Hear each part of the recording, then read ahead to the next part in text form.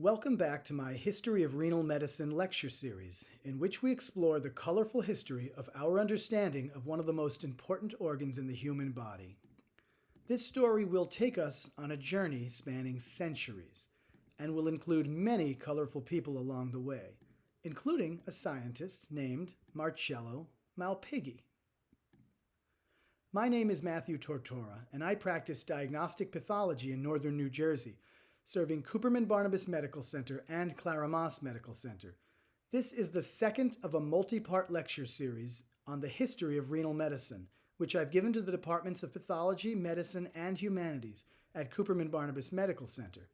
This is part 2 of the first lecture, entitled Eponyms, Experiments, Glands, and Corpuscles, an examination of Marcello Malpighi and other historical digressions. We're going to pick up precisely where we left off at the end of the previous lecture. Let's get started.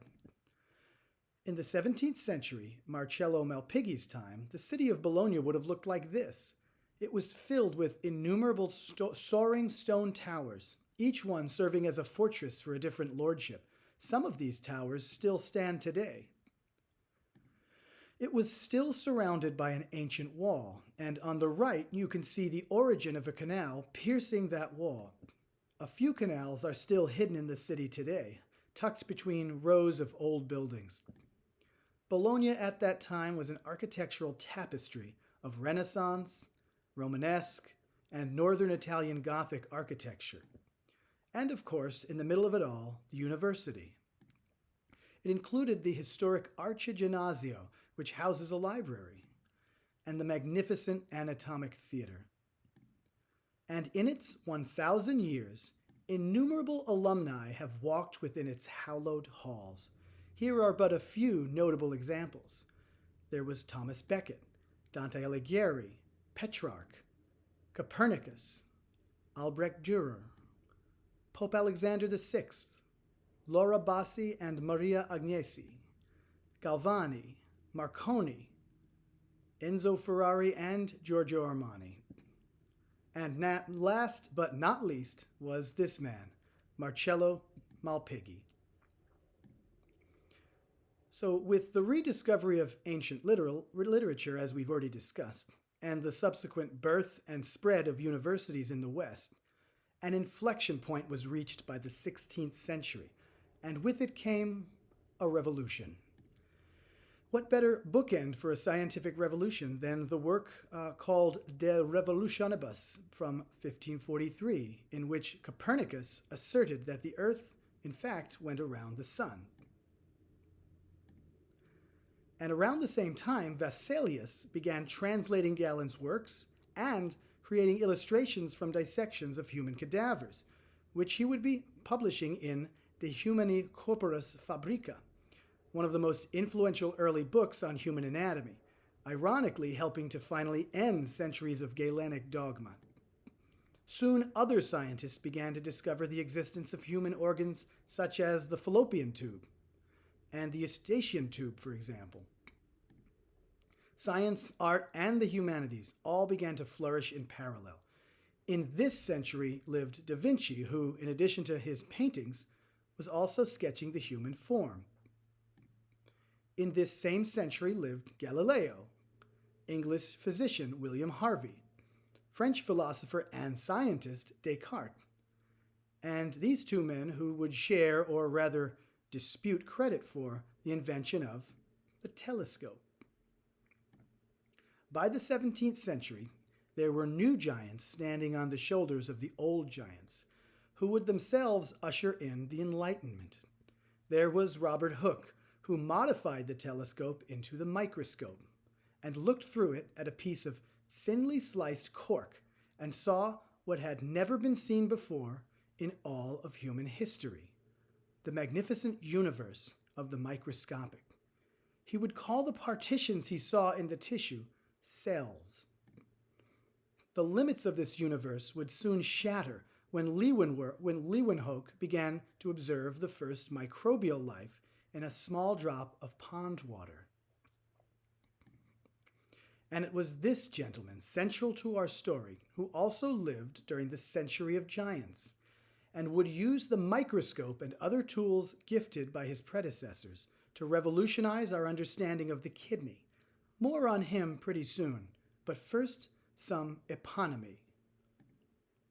With new tools, the ability to perform human dissections, and a newfound desire to understand human anatomy, scientists of this century, the 17th century, were discovering so many parts of the human body that they left us with a treasure trove of eponymy, perhaps the greatest in the history of medicine.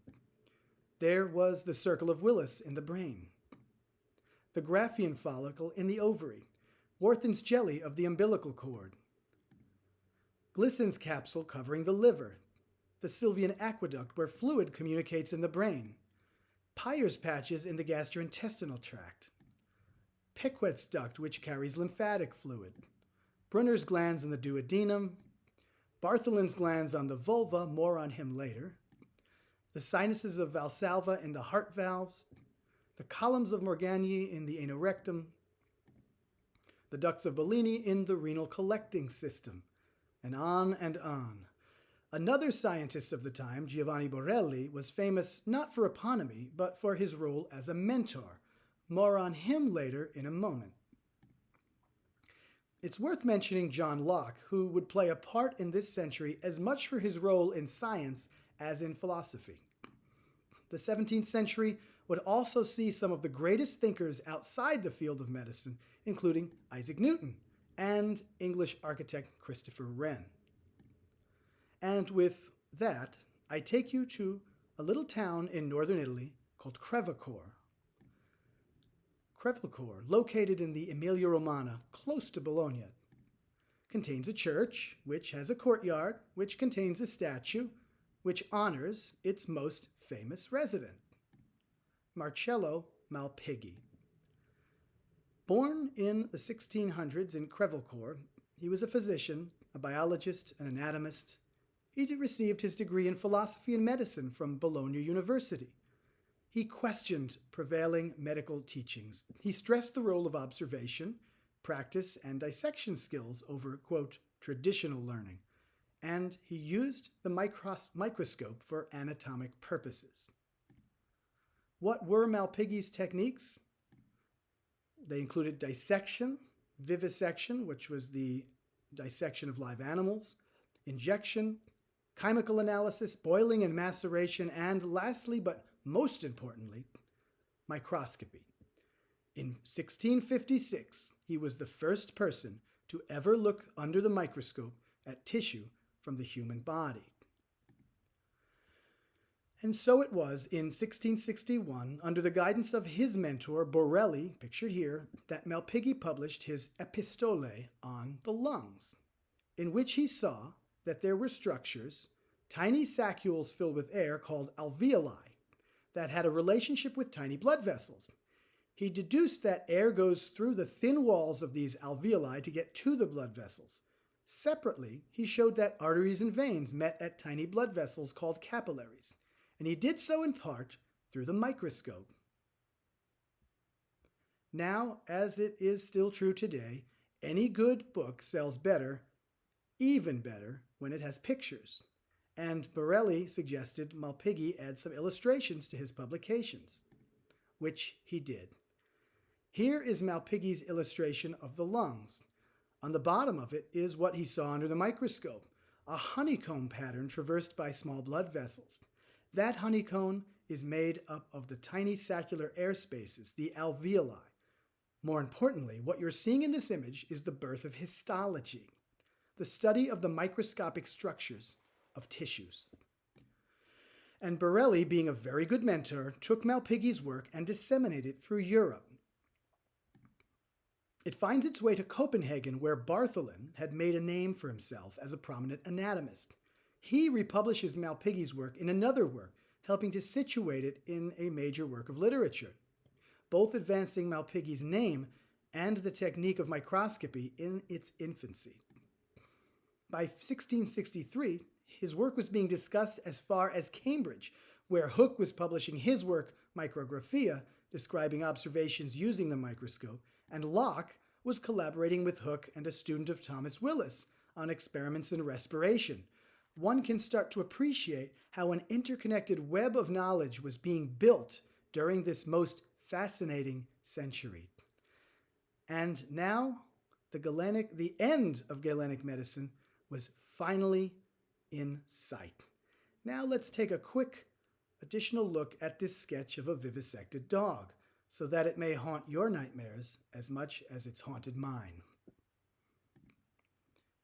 Malpighi would also bring us to a greater understanding about the human brain and sensory organs. As we can see by Da Vinci's sketches only a century earlier, there was much that needed to be explored with the brain. In 1662, for instance, Descartes wrote a bit about the brain and sense perception in De Homine. Meanwhile, around the same time, a great fire had incinerated the center of London, and one of the casualties was the old medieval St. Paul's Cathedral. In its place, Christopher Wren would design the new St. Paul's Cathedral, one of the most iconic structures in all of London. Not just an architectural genius, he also sketched the human anatomy, supplying the brain illustrations for Descartes. Also at this time, Steno, a student of Bartholin and Sylvius, was furthering our understanding of the brain. And for Malpighi's part, he would give us De Cerebro, De Externa Castus Organo de Lingua, or Discoveries in the Brain, the Tongue, and the Sensory Organs, which provided an even more accurate picture of the nervous system, again, using direct observations through new scientific techniques. In fairness, he made a few mistakes. For example, he thought that the spinal column was made of folds instead of nerves, but overall it was a very good start. And finally, starting in 1666, Malpighi produced De Viscerum Structura and De Structura Glandularum, two seminal works which examined the structure of the organs and so-called glands, in particular, the kidney. And here is a sketch from his chapter on the kidney, which truly captures the zeitgeist of the time.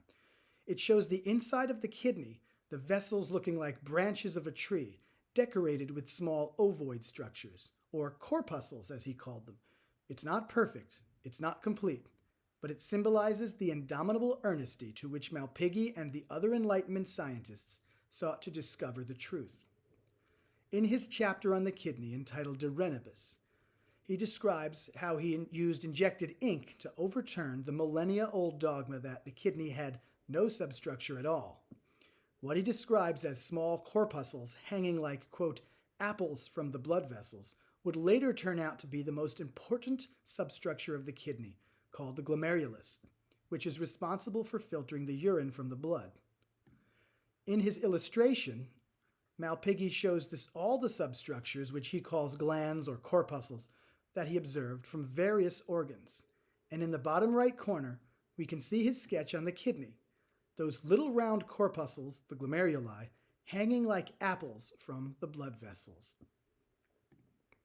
Thus, in De Renibus, Malpighi gave us our deepest level of understanding of the complex substructure of the kidneys to date. And he also established that there was a relationship between the blood vessels and this corpuscle. Thus, in De Renibus, Malpighi would give us our deepest understanding to date of the anatomy of the kidney. But he didn't stop there. In fact, he didn't even stop at humans. He also explored the structures of many different things, including insects, plants, and even embryos.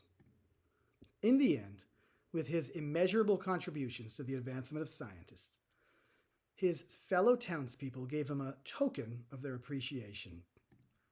They burned his house to the ground and ran him out of town. Apparently, some locals weren't quite ready to accept his unorthodox scientific methods. Over in Rome, the papacy at that time had an appreciation for science and knew of Malpighi and was very sympathetic to his cause. So the Pope invited Malpighi to live in the city of Rome, which, after 1,000 years of decline, was finally starting to look a little better.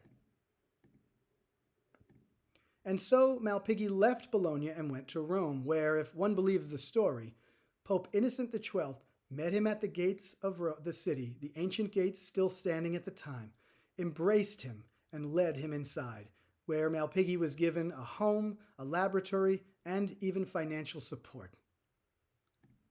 Yet there was controversy. In 1687, a physician trained at Bologna named Giovanni Sbaraglia wrote a scathing rebuke of Malpighi's works, in which he advocated for a return to Galenic medicine. In truth, Sbaraglia had a huge personal axe to grind with Malpighi. The Malpighi and Sbaraglia families had hated each other for years, for reasons involving disputes over land. It is even said that on one such dispute, it got so violent that Malpighi's brother killed Sparaglia's brother. In his work, Sbaraglia leveled a lot of damning criticisms, but Malpighi wasted no time in writing a response, or a risposta, countering each of these objections. For instance, Sbaraglia argued that contemporary anatomy should only concern itself with studying so-called humors, whatever those were. But Malpighi replied that through the works of his and others like him, where anatomy was learned through actual direct observation, significant advances were being made in understanding organic substructure. He even inferred that understanding substructures could maybe open the door for potential therapeutics. But Sbaraglia, still obsessed with Malpighi, wasn't going to let things die. So he wrote a scathing rebuttal to Malpighi's rebuttal called the Oculorum in 1704. But Malpighi's response to that was decidedly muted. That's because he was dead. He had died of a stroke 10 years earlier. Being dead, he was unable to directly defend himself, but on the bright side, quote, being dead allowed Malpighi to avoid the ethical charge associated with self-praise. But it didn't stop Malpighi's supporters from issuing posthumous works, including the Vita and the Opera Postuma. One of his followers even eventually wrote a rebuttal to Sbaraglia's rebuttal. In the end, Malpighi's legacy was preserved, and his ideas and methods won out over the reactionary ideas of Sbaraglia and others. Malpighi was a central figure within the critical mass of biological experimentation of the 17th century. He believed in mechanistic pathology, which was that to understand how an organ works, you have to understand its structure and how its components operate both separately and together. He used dissections and microscopy over tradition, philosophy, conjecture, and mythology. He was the first histologist, the father of microscopic anatomy. He was a believer that human biology must be understood at a microscopic level. He provided the anatomic basis for the eventual understanding of human physiological exchanges. He had helped advance fields of pathology, anatomy, even botany and embryology. Malpighi was the first histologist and, as such, established that most living things were, quote, glandular in organization, and in doing so, opened up an entire world of substructure that had not previously existed. As for eponemy, Malpighi does not disappoint. And, for example, he gave us Malpighian corpuscles, Malpighian capsules, pyramids, the Malpighian layer, Malpighian tubules, and, of course, something that we all probably remember from our childhoods, the Malpighian canal, which is the longitudinal duct of the epoophoron, also called the organ of Rosenmuller or the parovarium, a remnant of the mesonephric tubules that can be found next to the ovary and the fallopian tube. If you jog your memory, you'll probably remember something about that. Malpighi was also a major link in a chain of mentorship, as his pupil was Valsalva, whose pupil was Morgagni, whose pupil was Scarpa, carrying his legacy into the 19th century. For Morgagni's part, he rose to prominence as one of the founders of pathologic anatomy, which is describing disease states through postmortem observations. There are some even broader lessons I hope you will take home with you from this lecture. There is no greater story than that of history. Everything has a cause and an effect. Learning is always shaped by context. There is a great importance to preserving the past. Science and life in general is an interconnected web of knowledge and sharing. And lastly, pathology is one of the cornerstones of medicine. The story of Marcello Malpighi is only the beginning of our journey. The lectures which will follow will take you from here right into the 20th century, where we will meet many, many, many more colorful figures.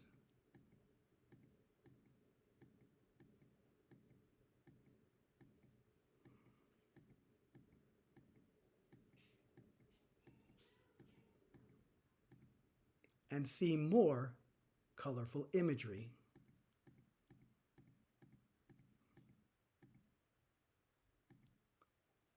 Hopefully, to conjure your emotions. If you enjoyed this presentation, want to see more of the lecture series, would like to see the works cited list, or have questions about the history of medicine or of pathology, feel free to contact me.